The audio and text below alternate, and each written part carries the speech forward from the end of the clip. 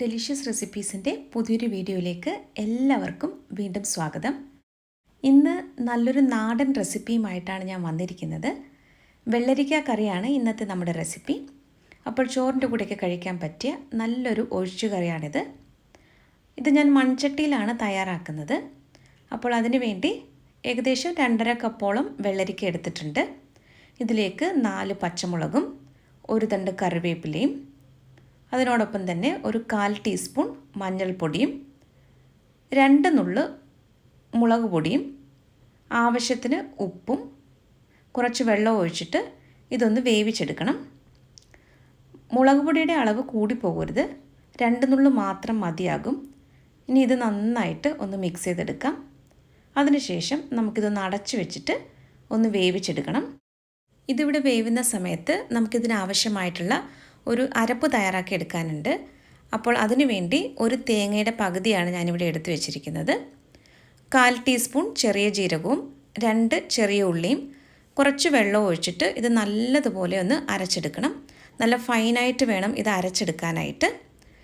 ഇനി നമുക്ക് ഇതിൻ്റെ ബാക്കി പ്രിപ്പറേഷൻ എങ്ങനെയാണെന്ന് നോക്കാം. ഈ വെള്ളരിക്ക വേവിക്കാനായിട്ട് വെച്ചിട്ട് ഒരു 5 മിനിറ്റ് കഴിഞ്ഞിട്ടുണ്ട്. ഞാനിപ്പോൾ ഇതൊന്ന് തുറന്നിട്ട് ഒന്ന് ഇളക്കി കൊടുക്കുകയാണ്. വെള്ളരിക്ക ഇനി നന്നായിട്ടൊന്ന് വെന്ത് വരാനുണ്ട്. അപ്പോൾ വീണ്ടും ഇതൊന്ന് അടച്ചു വയ്ക്കുകയാണ്. ഇപ്പോൾ കുറച്ച് സമയം കഴിഞ്ഞിട്ടുണ്ട്.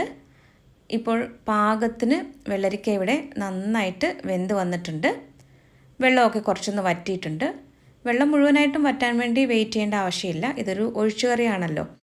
തേങ്ങയുടെ കൂട്ടാണ് ഞാനിപ്പോൾ ചേർത്തത്. ഇനി ആ അരച്ചെടുത്ത മിക്സിയുടെ ജാറിലേക്ക് കുറച്ച് വെള്ളം കൂടി ചേർത്തിട്ട് അതുകൂടി ചേർത്തിട്ടുണ്ട്.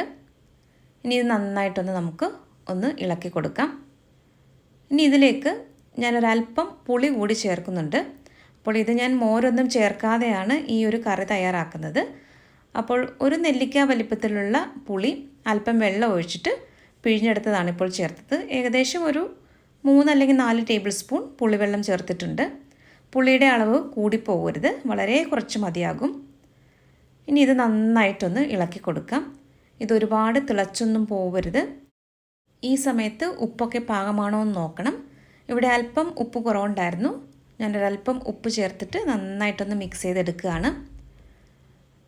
ആ തേങ്ങയുടെ പച്ചമണമൊക്കെ ഒന്ന് മാറിയിട്ടുണ്ട്. ഇത് തിളച്ചു പോകരുത്. ഇനിയിപ്പോൾ നമുക്ക് ഫ്ലെയിം ഓഫ് ചെയ്തിട്ട് ഇത് അടുപ്പിൽ നിന്ന് മാറ്റി വയ്ക്കാം. ഇനി ഇതിലേക്ക് കടുകൊക്കെ താളിച്ചൊന്ന് ചേർക്കാനുണ്ട്. അപ്പോൾ അതിന് വേണ്ടിയിട്ട് ഒരു പാനിലേക്ക് കുറച്ച് വെളിച്ചെണ്ണയാണ് ഞാനിപ്പോൾ ഒഴിക്കുന്നത്. ഈ എണ്ണ നന്നായിട്ടൊന്ന് ചൂടായി വരുമ്പോൾ 1/2 ടീസ്പൂൺ കടുക് ചേർക്കാം. കടുക് ഇപ്പോൾ നന്നായിട്ടൊന്ന് പൊട്ടി വരുന്നുണ്ട്. ഇനി ഇതിലേക്ക് നമുക്ക് ഒരു 4 ചെറിയ ഉള്ളിയും കുറച്ച് കറിവേപ്പിലയും 3 ഉണക്കമുളകും കൂടി ചേർത്ത് കൊടുക്കാം. ഇനി ഇത് നന്നായിട്ടൊന്ന് മൂപ്പിച്ചെടുക്കണം. ചെറിയ തീയിൽ തന്നെ വെച്ചിട്ട് നന്നായിട്ടൊന്ന് ഇളക്കി കൊടുക്കാം.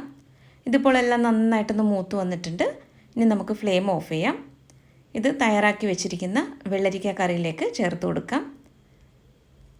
ഇനി ഇത് നമുക്കൊരു 5 മിനിറ്റ് ഒന്ന് അടച്ചു വയ്ക്കാം. അങ്ങനെ നല്ല രുചികരമായിട്ടുള്ള നമ്മുടെ വെള്ളരിക്ക കറി ഇവിടെ റെഡി ആയിട്ടുണ്ട്. അപ്പോൾ ഇന്നത്തെ ഈ ഒരു നാടൻ ഒഴിച്ചുകറി എല്ലാവർക്കും ഇഷ്ടമായെന്ന് കരുതുന്നു. അപ്പോൾ നമ്മുടെ ചാനലിലെ റെസിപ്പികളൊക്കെ ഇഷ്ടമാകുന്നുവെങ്കിൽ ചാനൽ കൂടി ഒന്ന് സബ്സ്ക്രൈബ് ചെയ്തിട്ട് സപ്പോർട്ട് ചെയ്താൽ വളരെ നന്നായിരുന്നു. അപ്പോൾ മറ്റൊരു നല്ല റെസിപ്പിയുമായിട്ട് വീണ്ടും വരാം. താങ്ക്